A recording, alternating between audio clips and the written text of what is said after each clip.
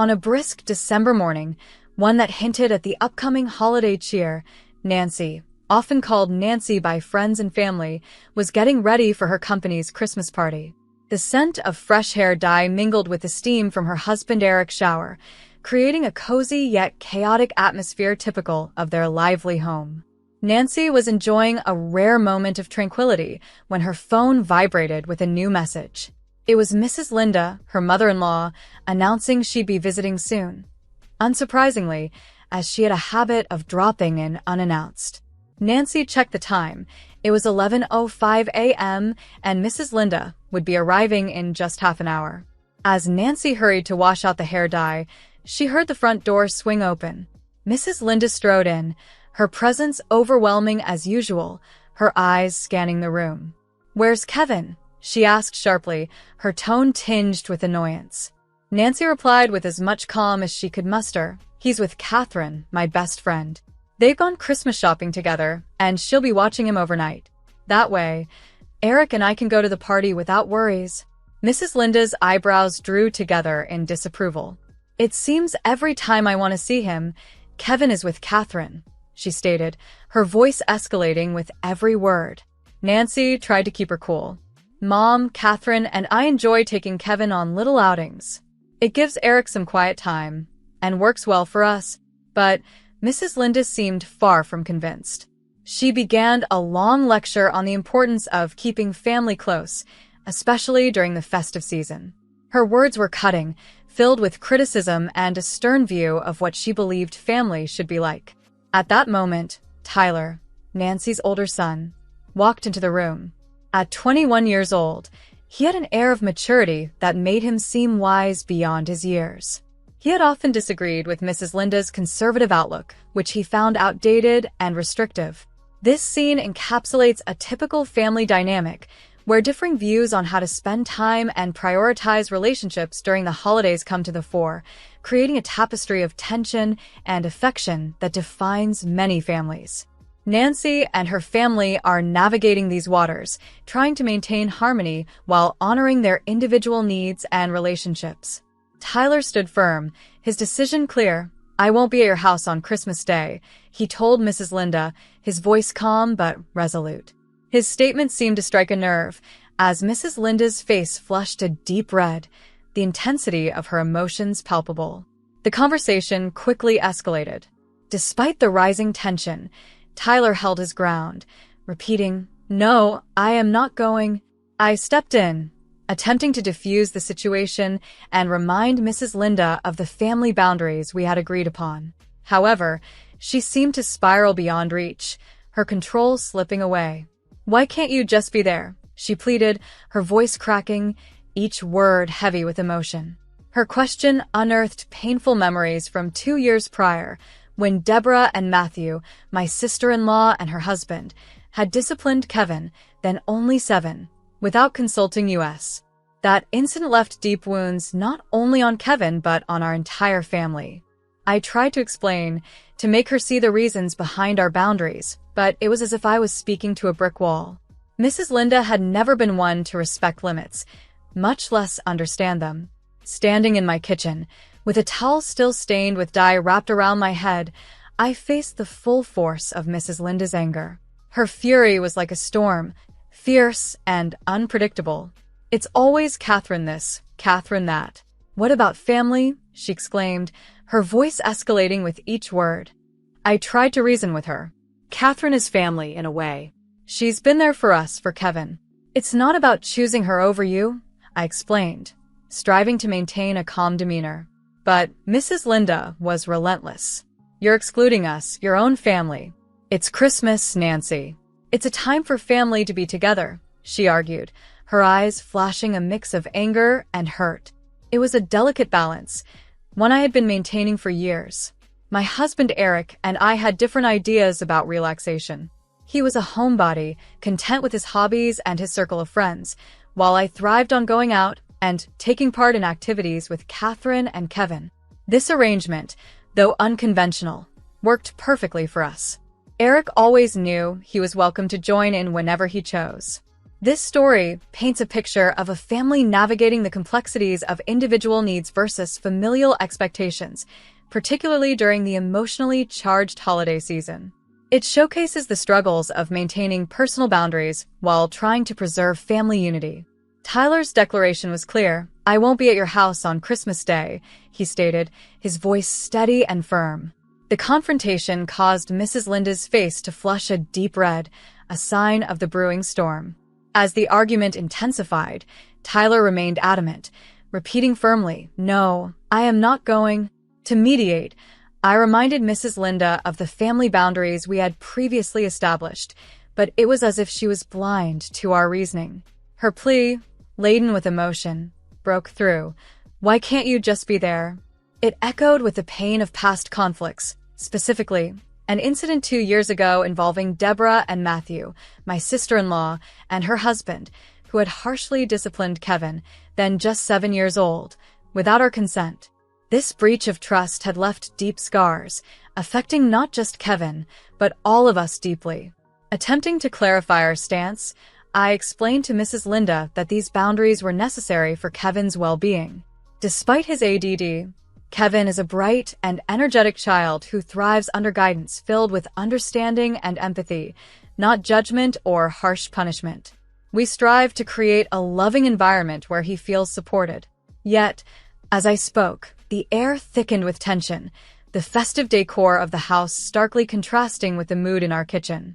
Mrs. Linda's inability to see the damage caused by her daughter and son-in-law's actions was palpable, possibly clouded by her deep family loyalty or entrenched societal norms. Trying to remain composed, I sat as Mrs. Linda's small frame seemed to tower with indignation, demanding an explanation or any sort of compromise that would conform to her ideal of a family Christmas. But some wounds are too deep to simply be set aside, even for the holidays. In the midst of this, Tyler stood by, his young face set with the resolve of someone who has come to trust his judgment. He calmly faced his grandmother, unaffected by her growing anger. "Grandma, I've told you, I'm uncomfortable with your views. I won't pretend just for the sake of the holiday," he asserted, his voice resolute. Mrs. Linda's disbelief twisted her features. "You're being disrespectful, Tyler. It's Christmas, a time for family to come together. Despite our differences," she countered, her voice strained. Tyler's stance remained unyielding, a testament to his sensitivity towards bigotry and discrimination, traits he has always been keenly aware of. This story highlights the challenges of navigating complex family dynamics during a time traditionally meant for unity and celebration. It underscores the notion that understanding and acceptance must sometimes bridge the gap between personal beliefs and familial obligations. Tyler's stance against the narrow-minded attitudes of some family members marked a clear boundary. He could not ignore such issues. "Family doesn't mean tolerating hate," he asserted. Mrs. Linda was visibly shaken by his forthrightness.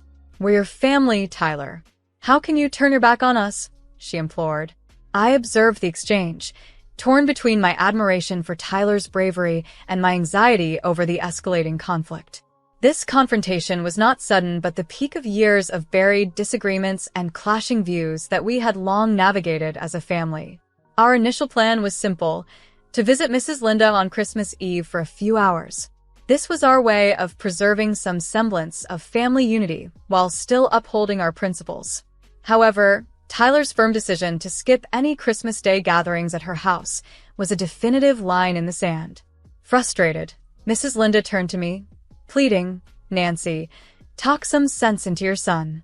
He's tearing this family apart." But how could I? Tyler's convictions were a mirror of the values that Eric and I had instilled in him, values of respect, equality, and tolerance. As I attempted to mediate, reminding Mrs. Linda of our commitment to visit on Christmas Eve, it was clear she was beyond consolation. Her ideal vision of a perfect family Christmas was unraveling, and with it, her composure. "You're all ungrateful," she lamented, her voice cracking. "After everything I've done for this family," the conversation spiraled, going in circles with no end in sight. Tyler's position, though difficult for Mrs. Linda to accept, was an essential affirmation of his identity and beliefs. He was taking a stand against the prejudices that had long overshadowed our family gatherings. At that moment, the generational divide within our family was starkly evident, a chasm deepened by evolving social consciousness and rigid traditions. The dispute in our kitchen had evolved into more than just a disagreement. It was a revelation of deeper wounds and long-standing conflicts. Mrs. Linda's insistence on a unified family Christmas, despite the evident issues, was tainted with denial, refusing to acknowledge the real reasons behind our reservations. Her vision for the holidays, wrapped in the guise of family unity, ignored the underlying tensions that needed to be addressed for true harmony. As I faced Mrs. Linda, I searched for the words to bridge the gap between us. "Mom, you know why we can't just be there," I began softly, recalling the incident that had reshaped our family dynamics. 2 years ago, during a family event, Deborah and Matthew had taken it upon themselves to discipline Kevin for his high-spirited behavior, a direct result of his ADHD. They had misunderstood, or perhaps hadn't bothered to understand, that Kevin's vibrancy wasn't misbehavior, but part of his personality. Worse, they had physically reprimanded him, crossing a profound line for Eric and me. The memory was painful. Kevin, only 7 at the time, had run to us in tears, confused and hurt by the actions of family members he had trusted. It was a betrayal that deeply fractured our family, the effects of which we were still mending. For a brief moment, Mrs. Linda's features softened, hinting at an understanding, but it vanished quickly, replaced by her usual obstinance. "They were just trying to help. He needs to learn discipline," she insisted, her tone resolute. A wave of protectiveness washed over me. "We do discipline Kevin, but in a way that helps him understand and grow. We talk to him and help him regulate his emotions. We don't believe in physical punishment," I responded, my voice firm yet calm. Mrs. Linda shook her head, clearly unable to accept our parenting style. "In my time, a little discipline never hurt anyone. You're all too soft on him," she retorted, dismissing our methods.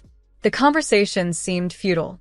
Mrs. Linda, entrenched in her ways, could not see the damage Deborah and Matthew's actions had caused. To her, the family was about sticking together no matter what. However, for us, it was about respect, understanding, and empathy, values that seemed increasingly foreign to her. The tension in the room was palpable. Mrs. Linda's inability to acknowledge our pain or understand our perspective felt like an insurmountable wall. As much as I wished for a harmonious family gathering, I knew some divides were too deep to bridge. The atmosphere was heavy, charged with years of unspoken grievances and misunderstandings. Mrs. Linda's insistence on maintaining appearances and upholding a facade of familial unity was crumbling under the weight of reality. As we stood there, the air thick with unresolved issues, it was clear that achieving a truly united family would require more than just showing up. It would need a fundamental shift in understanding and acceptance, a shift that seemed increasingly unlikely as the conversation stagnated. Mrs. Linda continued to press for our attendance at the family Christmas gathering, and I could feel the tension in the air mounting. Tyler stood by quietly, his earlier words echoing in the silence. Eric, freshly emerged from his shower, entered the room, adding yet another layer to the already charged atmosphere. "I don't understand why you can't just show up. Is it so hard to be a family for one day?" Mrs. Linda implored, desperation tinging her voice. Her plea hit a nerve, but not in the way she might have hoped. "It's not just about showing up, Mom. It's about respect and acknowledging the pain that's been caused," I replied, my voice steady yet heavy with emotion. At that moment, something in Mrs. Linda snapped. Her face twisted with frustration and anger, and she raised her hand as if to strike. Instinctively, I dodged, standing up from my chair, a mix of shock and defiance in my eyes. "Enough!" I exclaimed. "I won't let you guilt-trip us. Not me. Not my sons. We have our boundaries, and it's high time you respect them." The room fell silent. Mrs. Linda's hand hovered in the air, a stark symbol of the breach that had just occurred. Eric stepped forward, his demeanor calm, contrasting sharply with the emotional chaos around us. "Mom, you need to leave," he said, his voice firm but free from anger. This isn't how we solve things in this family. The standoff that followed was tense. Mrs. Linda, her pride wounded and her authority challenged, looked between us as if seeing us truly for the first time. There was a brief, fleeting moment where I thought I saw regret in her eyes, but it quickly gave way to her familiar, stubborn resolve. Without a word, she turned and left, the door closing behind her with a finality that seemed symbolic. We stood there, united not just by blood, but by a shared understanding of what was right and wrong. The encounter with Mrs. Linda marked a turning point, a moment where we chose respect and empathy over compliance and tradition. After her departure, the house felt eerily silent, as if the walls themselves were absorbing the shock of the confrontation. Eric, Tyler, and I sat down, a collective sigh escaping our lips. It was a moment of reflection, a pause in the emotional storm that had just swept through our home. "We did the right thing," Eric said, breaking the silence. His voice was calm, reassuring. It was a moment to reaffirm our values and the boundaries that protected them, a confirmation that, despite the challenges, our commitment to each other and our principles remained unwavering. Eric's eyes revealed the internal struggle he faced. Standing up to his mother had been difficult for him, but the core values we held as a family were solid and unyielding. Tyler, showing a maturity beyond his years, nodded in agreement. "I'm proud of us," he said, his voice carrying a weight that resonated deeply with each of us. I looked at them, my heart filled with a complex blend of emotions. I felt immense pride in how we stood together, united against adversity, and yet I also felt a deep sorrow for the family ties that had been stretched, perhaps to a breaking point. "We've always known our family was different," I mused aloud, the thought hanging in the air. "But being different doesn't mean being wrong. We've built something special here, something founded on understanding, respect, and love." The conversation then turned to the upcoming Christmas party, a welcome change from the day's earlier tensions. Catherine, a testament to the family we had chosen, not just the one we were born into, would be joining us. "We'll have a good time tonight," I said, a smile beginning to form. "And tomorrow, we'll have our celebration with your brother, a small but meaningful gathering." As we talked, the lingering tension started to ebb away, replaced by a growing excitement for the festivities ahead. It reminded us that despite the challenges we faced, we had each other, a foundation strong enough to withstand any storm. In that moment, I understood that boundaries weren't just about keeping others out. They were about protecting and nurturing what was truly important. As the day transitioned to evening and we prepared for the party, a sense of resolve washed over me. Our family, with all its complexities and imperfections, was a tapestry woven with threads of resilience, love, and a profound understanding of what it meant to be there for each other, no matter the circumstances. The evening of the Christmas party arrived, a vivid contrast to the day's earlier strife. As Eric, Tyler, and I stepped into the festive atmosphere, decked out with twinkling lights and merry decorations, a wave of relief swept through me. The room was filled with laughter and music, creating a bubble of joy and escapism. Catherine welcomed us with her characteristic warmth, her presence reinforcing the bonds of the family we had consciously built, a family defined not by blood alone, but by shared values and mutual support. Catherine had become more than just my best friend. She was a confidant, an aunt, and a sister in every sense that mattered. Her understanding smile at the party let me know she was aware of the day's tensions, yet her eyes communicated unwavering support and solidarity. The party provided a delightful escape, a chance to revel in the company of friends and colleagues. As we mingled, laughed, and danced, the burdens of Mrs. Linda's visit began to fade, replaced by feelings of freedom and belonging. Tyler, typically reserved, found joy that evening, his earlier confrontation with his grandmother receding into the backdrop of the night's merriment. Eric, ever the quiet observer, watched over us with a contented smile, his affection for our tight-knit family clear in his gentle gaze. As the night progressed, my thoughts drifted to the next day's planned gathering with my brother. It would be a smaller affair, but no less meaningful. This gathering was a celebration of our core values: respect, understanding, and unconditional love. The party eventually wound down, and as we headed home, the streets were quiet, the festive lights guiding our way. Inside the car, the silence was comfortable and reflective. We had weathered a significant storm, but it left us with a renewed sense of purpose and unity. Lying in bed that night, the day's events replayed in my mind. I realized that the strength of our family lay in our ability to embrace our differences, to stand up for our beliefs, and to choose love over conformity. Our Christmas would be different this year, but it would be distinctly ours, a celebration of the bonds we had nurtured, the challenges we had overcome, and the love that held us together. In the end, what mattered most was knowing that we were there for each other, unconditionally and without reservation. Our family, with all its quirks and challenges, stood as a testament to the enduring power of love, understanding, and the courage to stand up for what's right. This realization brought a deep sense of peace, wrapping around me like a warm blanket as I drifted off to sleep, reassured by the strength and love of the family we had built and chosen.